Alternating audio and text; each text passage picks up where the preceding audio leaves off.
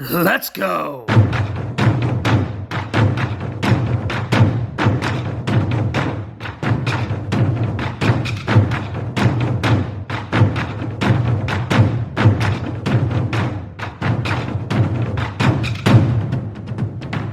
Hello everyone, GL1 here, and I'm happy to be back for video 101.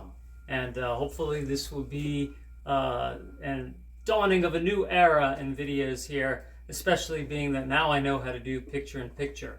So there's going to be an accompanying picture-in-picture of these cars moving while I'm going to talk about them, okay? So what I'm going to start is a series on radio-controlled vehicle technology, and it's something that I've wanted to talk about for quite a while because it's just really a great beginning jump-off point for a lot of other technology that's used in toys. And I have so many different kinds of radio-controlled vehicles that I'm going to open up and show you parts that swap and how they modify, and just explaining all the technicals about them and some of the engineering.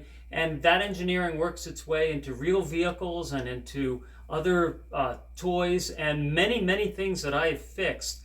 I have said I can fix them because I have built RC cars. The technology that's involved in hobbying and cutting and kind of fitting things in and customizing things really comes from what I learned from doing radio control cars. But I'm going to start all the way from the very beginning with remote control technology and then early radio controlled technology.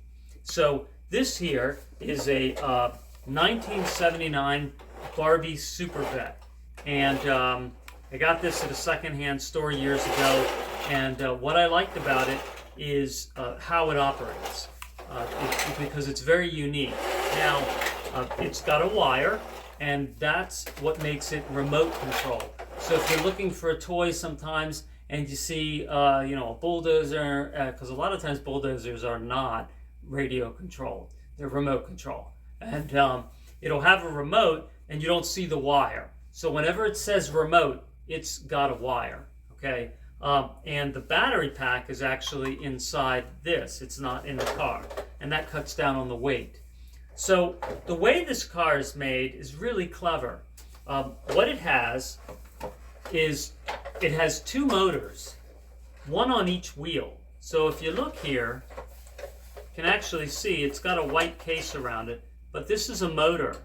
And if you can see some of the metal color there, there's some, that's the motor in there, and that's hooked up to a gear, and that gear turns the wheel. And then you have a motor on the other wheel as well. And you can even see in red, there's like the tie rods that pull the other wheel along, so when you pull one wheel, it pulls the other. That's called a tie rod, okay?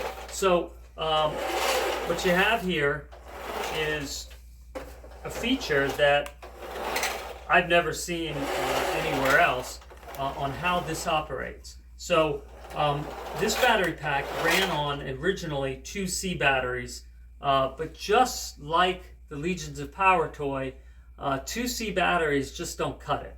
So back in the day, toys were more durable with voltage, and I made my own battery pack connection. So I had a battery pack laying around and used a 9-volt connector and soldered it in.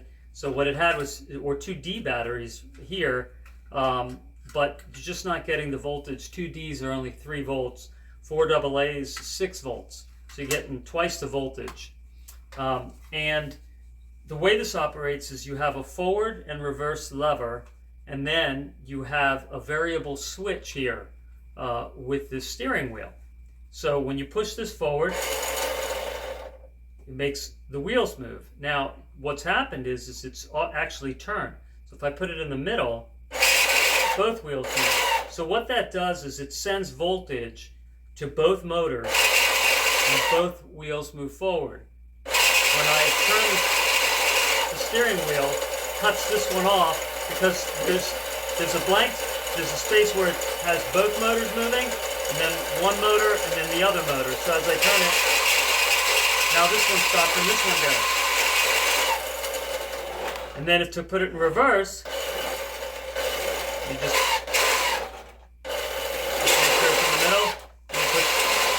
that would be going in reverse.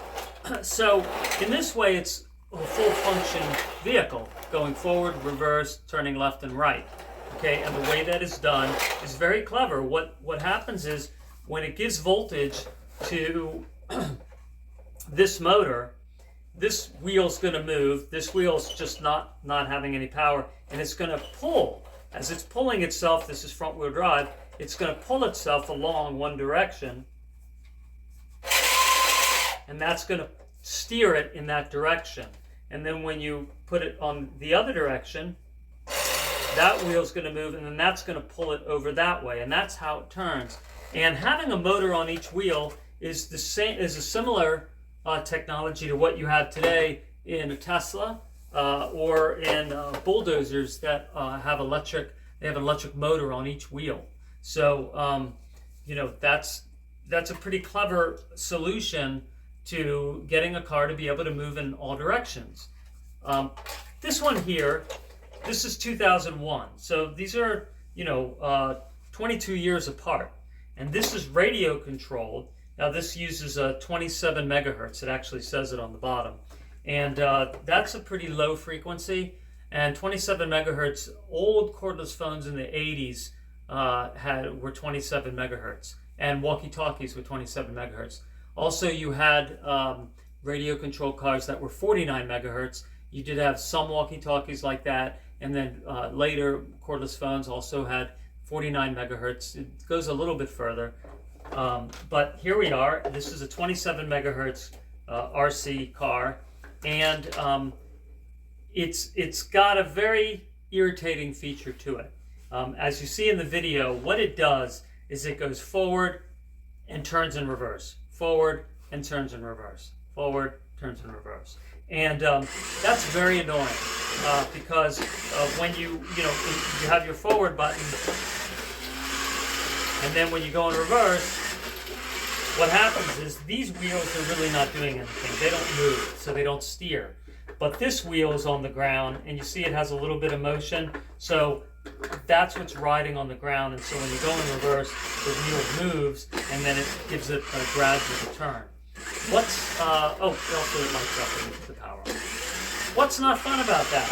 Well, when I was about 6 years old, I had a Batmobile that was the same kind of radio-controlled technology.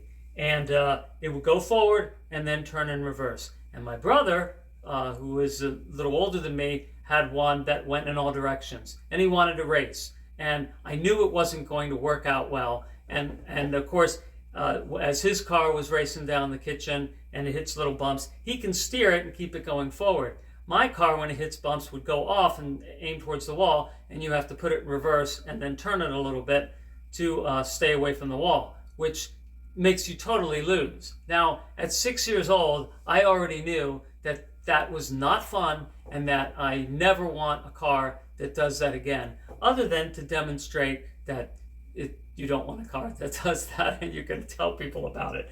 I don't think it's that easy to find cars that do that, but if you do find one like that, don't buy it. Don't buy it for anybody. Nobody ever would like it. That's not fun for anybody. So, this car's pretty neat in that it has, it has seat belts. This one has a seat belt too. The other one broke off. And it has rear view mirrors, and you can fold them in.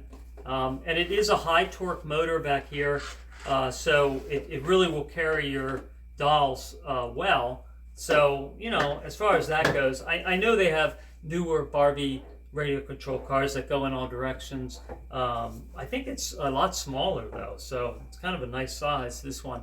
And that's all I'm going to cover on this. Now, when I start getting into other RC vehicles, I have so many different types of RC vehicles, and they get very, very sophisticated, and I really want to be able to go over all of that with you, because there's just, like I said, there's so many other things that kind of can go back to radio control car technology, and I'd really love to be able to have you appreciate all the different kinds of vehicles and what they do and how they operate and the engineering behind them, and actually can help you understand even cars today. Like I knew back actually 30 years ago when I was taking apart one of my first two hobby grade RC vehicles. And I said to this is my girlfriend then, my wife now. I said, these are awesome. Once they get the battery technology right, electric vehicles are going to be the way. They have a lot more torque. And, I'm going to be right about that. It really, back then, 30 years ago, you had a technology called nickel cadmium, and it was rechargeable. And one good thing about nickel cadmium is I've had nickel cadmium batteries that are 20 years old that still work, but they really just don't have the power and carrying capacity of electrons. And we're going to get more into that, but for a long grade battery, and that's why lithium batteries are so much better. And then in between was nickel metal hydride, and we'll talk about that too. And I have those as well. So there's other things about you can actually test out cars and see, like, how's four-wheel drive, how is front-wheel drive, how's rear-wheel drive with big tires, and you can kind of really play around when you have all these different vehicles. How are treads? What is superior in certain circumstances, or what's good enough? And it can help you actually in a buying decision on a car, and go like, what, I've seen what big tires are like on this kind of vehicle versus a four-wheel drive, and you know what, it's not worth the extra money to get the all-wheel drive or the four-wheel drive depending on the circumstance. But anyway, that's just a whole nother thing. But anyway, thanks for watching, and I have so much in store for you, and I'm really looking forward to it. Thanks.